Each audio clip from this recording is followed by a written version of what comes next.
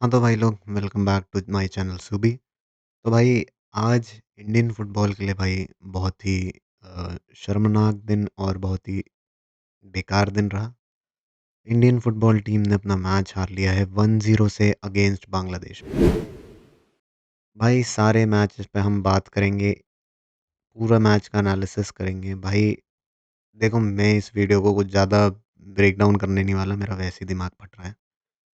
भाई पहले तो मैं बात करना चाहूँगा खालिद जमील के सिलेक्शन का, प्लेइंग 11 का।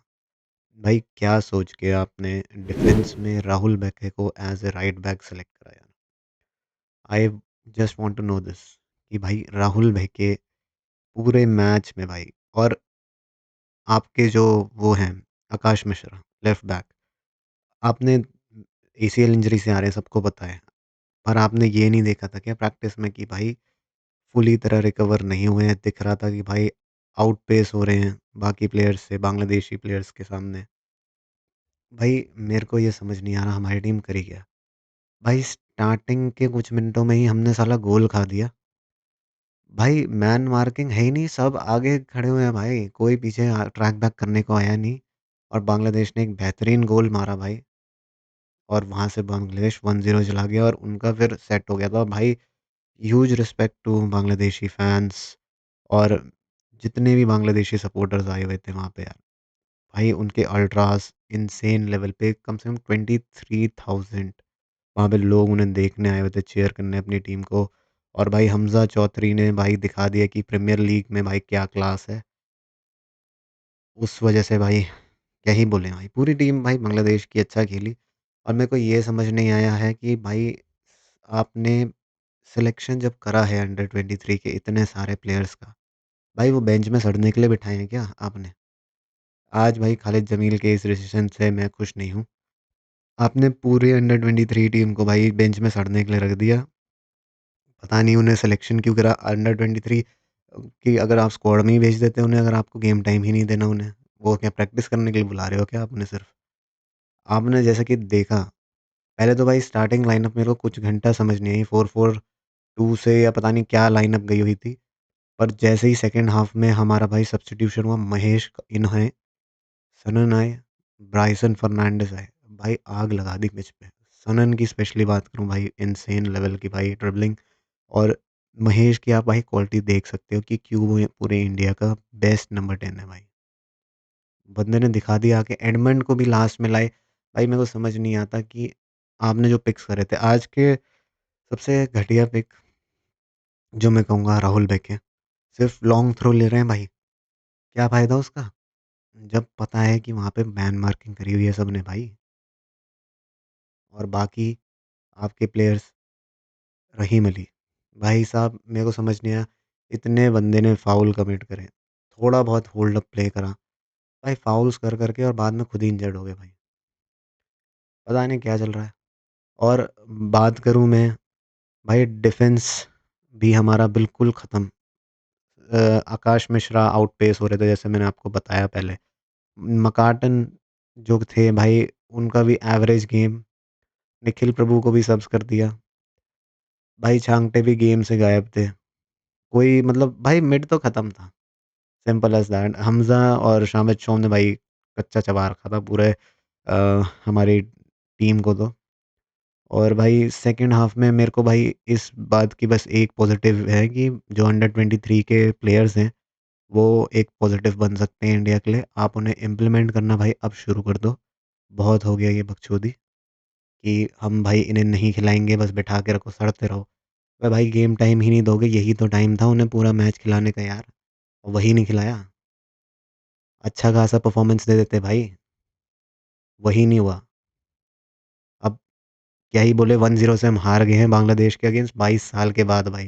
Huge congratulations to Bangladesh football team, their association, each and every fans of Bangladesh. और हमारी स्ट्रीम पे भी कितने बांग्लादेशी फैन्स जुड़े थे, उनको भी भाई कांग्रेचुलेशंस भाई। और भाई अब बात करने वाला हूँ मैं इंडियन फुटबॉल के फ्यूचर के बारे में।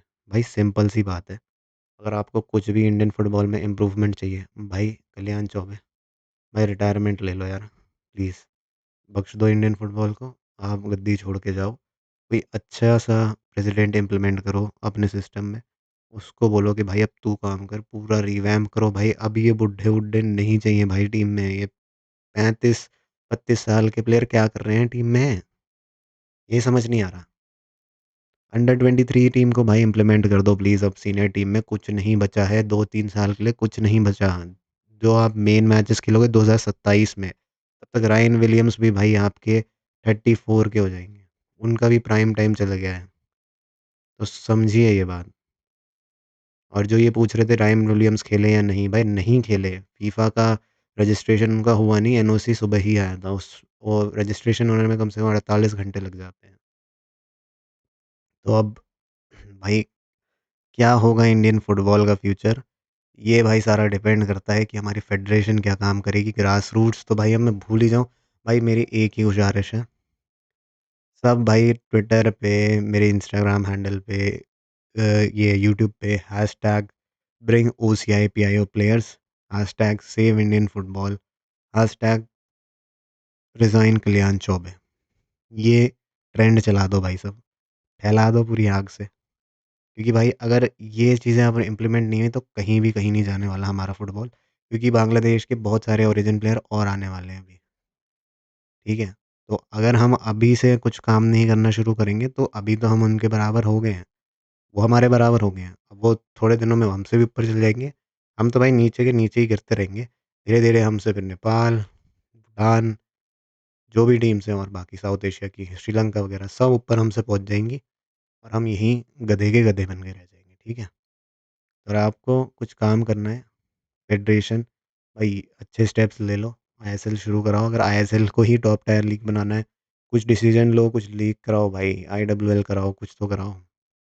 दूसरी तरफ अंडर 23 आज फिर से हार गई, क्लोज़ डोर मैच था 1-0 से, वो भी हार गए थाईलैंड से। तो भाई it's a very sad day for Indian football भाई। अब यहाँ से इंडियन फुटबॉल कहाँ जाएगा? किसी को कोई आइडिया नहीं है। कोई भाई फरिश्ता बन के आएगा हमारी टीम के लिए, हमारी टीम को सेव करने के लिए। इसलिए भाई मैं ना कुछ ज़्यादा रेंट वेंट करना नहीं चाहता। मैंने तुम लोगों को पहले से ही प्रेडिक्शन दे दी थी कि इंडिया या तो ड्रॉ कर लेगा या मोस्ट प्रोबेबली मैं बोलना नहीं चाहता था एज़ ए इंडियन कि हार भी सकते हैं, पर वही हुआ। हम हार गए 1-0 से। ये दिखाता है भाई आज भाई फर्स्ट हाफ में बिल्कुल बेकार परफॉर्मेंस। सेकंड हाफ में लगा कि भाई अंडर 23 टीम के आते ही कुछ-कुछ प्लेयर्स के आते ही स्पार्क दिखा भाई। ब्राइसन, सनन, महेश, इन सबको देख के भाई फनाय, एडमंड, इन सबको देख के लगा कि भाई इनमें स्पार्क है, इनको इम्प्लीमेंट करो, हटा दो बुड्ढे, समझो, ठीक है? भाई अब हमारा अगला जो प्रैक्टिस सेशन ही होगा, अब तो फीफा विंडो जो अगला होगा मार्च में हांगकांग के साथ होम में खेलेंगे। पता नहीं क्या होगा उसमें, ठीक है? उसमें रायन विलियम्स आपको खेलते हुए दिखेंगे और अब ये है कि अगले विंडो में हम किसको कॉल अप देते हैं, खालिद जमील, उस पे देखना पड़ेगा, ठीक है? तो चलो भाई मेरी तरफ से आज के लिए इतना ही था। और भाई जाते-जाते यार जितने भी फैन्स हमें देख रहे हैं, सब्सक्राइबर्स, जिसने भी सब्सक्राइब नहीं करा है, भाई चैनल को सब्सक्राइब कर देना, वीडियो को लाइक कर देना ताकि आपको इंडियन फुटबॉल और यूरोपियन फुटबॉल से रिलेटेड कंटेंट यहाँ पे देखने को मिले, ठीक है? तो चलिए भाई मिलते हैं अब आपसे बाद में। जय हिंद और जय भारत, सेव इंडियन फुटबॉल भाई। Bye-bye. Muchas gracias, afición. Este es para vosotros. ¡Sí!